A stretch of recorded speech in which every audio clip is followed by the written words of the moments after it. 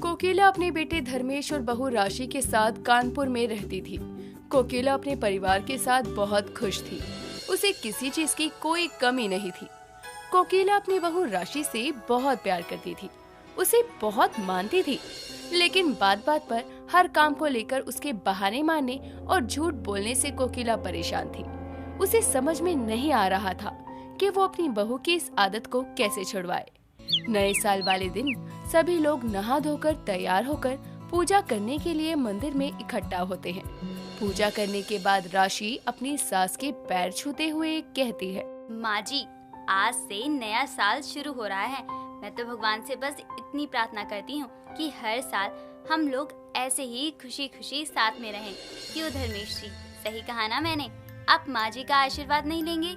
पहले तुम्हारी बात तो पूरी हो जाए, तभी तो मैं आगे कुछ बोलूं, क्योंकि ना तुम्हारे बोलने का अंत है ना ही बातों का। पता नहीं सुबह के समय भी इतना बोलने की एनर्जी कहाँ से लेकर आती हो तुम। देख रही है ना माँ जी आप, धर्मेश जी कभी भी मेरे किसी भी सवाल का सही और सीधा जवाब तो देते ही नहीं है। उसके बाद कहते हैं कि मैं लड़ती रहती हूँ। यार तुम गुस्सा मत हो, मैं तो मजाक कर रहा था। अब क्या तुम अपने नए साल की शुरुआत मुझसे लड़ाई करके शुरू करोगी क्या, ताकि हम पूरे साल लड़ते ही रहें? मैंने ऐसा कब बोला? लेकिन लड़ाई तो पहले आप ही शुरू करते हैं ना, उसके बाद माँ जी के सामने गलती मेरी बता देते हैं। लेकिन आज तो माँ जी भी सामने हैं, आप झूठ नहीं बोल पाएंगे। बस करो तुम दोनों, सुबह सुबह ही बच्चों की तरह लड़ रहे हो। आज इतना अच्छा दिन है, आज अपने दिन में कुछ नया करने का प्रण लो, कुछ करने की सोचो। आपने बिल्कुल सही कहा माँ जी, ये बात तो मेरे मन में कल से ही आ रही थी कि नए साल पर मैं ऐसा क्या करूं जिससे सब लोग खुश हो जाएं और मेरी लाइफ में भी थोड़ा चेंज आए। इसलिए मैं आज नए साल के दिन संकल्प लेना चाहती हूँ। तुमसे घर का काम तक तो पूरा नहीं होता, संकल्प क्या पूरा करोगी? वैसे तुम संकल्प किस चीज का लेने वाली हो? देखिए, आप मुझे चिढ़ाइए मत, मैं सच बता रही हूँ। इस बार मैं जो संकल्प लूंगी उसे जरूर पूरा करूंगी। अगर ऐसी बात है बहू, तो तू एक ही बात का संकल्प ले कि तू कभी किसी काम को लेकर या कैसे भी कोई बहाना नहीं करेगी, न ही झूठ बोलेगी, क्योंकि तेरी इस आदत से मैं बहुत परेशान हो गई हूँ। ठीक है माँ जी, आज नए साल के दिन मैं ये संकल्प लेती हूँ कि मैं कभी किसी बात के लिए झूठ नहीं बोलूंगी, ना ही कोई बहाना बनाऊंगी। अपनी बहू के नए साल के संकल्प को सुनकर कोकिला बहुत खुश हो जाती है। ऐसे ही समय बीतता है। समय के साथ राशि अपने नए साल के लिए हुए संकल्प को पूरा करने की कोई कमी नहीं छोड़ती। हर काम को बिना किसी बहाने के सही समय पर पूरा करना शुरू करती है। किसी भी काम के लिए कोई झूठ नहीं बोलती। ये सब देखकर कोकिला को थोड़ी शांति मिलती है। समय बीतता है। एक रोज कोकिला हॉल में बैठकर चाय पी रही थी। तभी उसकी पड़ोसन रूपा वहाँ आती है और राशि उनके लिए चाय नाश्ता लेकर आती है, जिसे देखकर रूपा अपनी बहू की तारीफ करते हुए राशि से कहती है, बहू, तुझे जब मैं कोकिला की इतनी सेवा करते हुए देखती हूँ और ख्याल रखते हुए देखती हूँ तो मुझे अपनी बहू की याद आ जाती है। जब वो मेरे साथ थी तो वो मेरा ऐसे ही ख्याल रखती थी, बहुत प्यार करती थी वो मुझसे। क्यों कोकिला, सही कह रही हूँ ना मैं?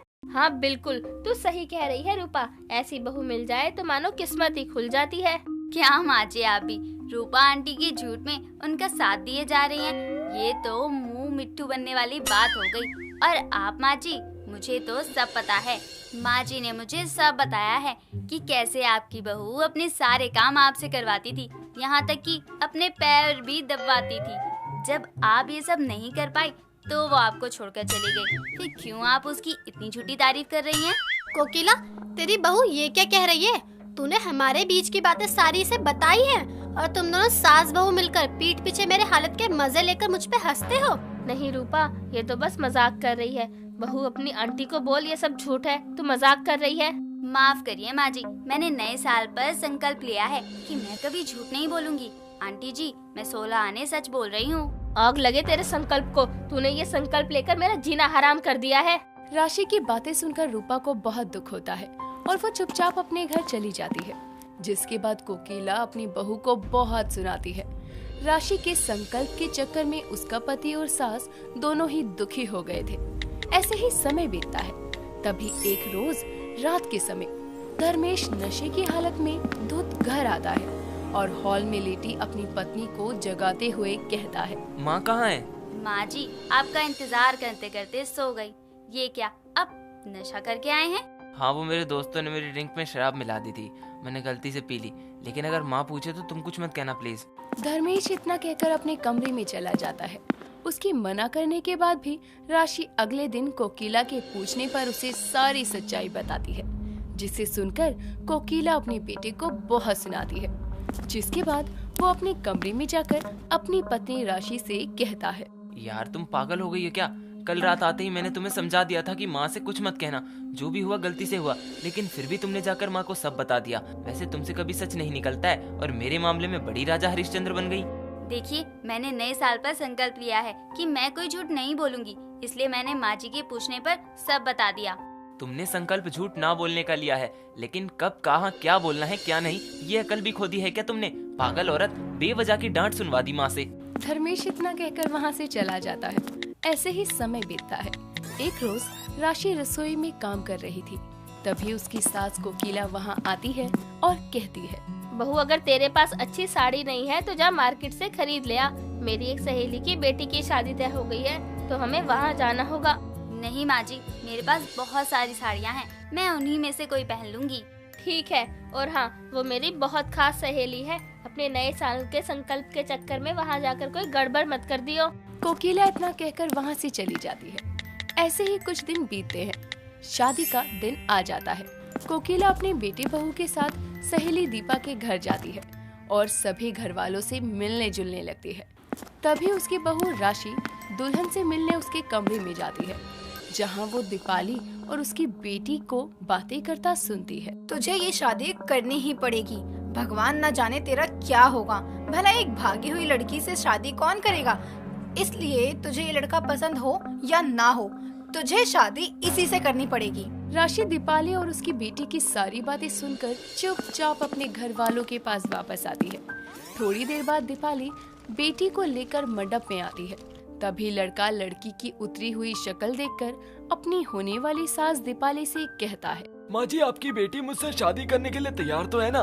उसको कोई प्रॉब्लम तो नहीं है? नहीं बेटा, ये तो बहुत खुश है और ये आपको बहुत पसंद भी करती है। आंटी जी, आप झूठ क्यों बोल रही हैं? लड़की तो आपको बिल्कुल भी पसंद नहीं करती, ये तो जबरदस्ती कर रही है। ये शादी ये इससे पहले भी भाग चुकी है। बहू चुप हो जा, तू आगे मत बोल कुछ। मैं सच बोल रही हूँ माँ जी, मैंने खुद सुना है अपने कानों से। मैं आप लोगों को सारी बातें बताती हूँ। राशि इतना कहकर अपने घर वालों के साथ साथ लड़के वालों के सामने भी सारी सच्चाई बताती है, जिसे सुनने के बाद लड़के वाले शादी तोड़कर बारात वापस लेकर चले जाते हैं। जिसके बाद कोकिला भी अपने परिवार के साथ घर वापस आती है और अपनी बहू को सुनाते हुए कहती है, ज्यादा भूत चढ़ रहा है तुझे सच्चाई का।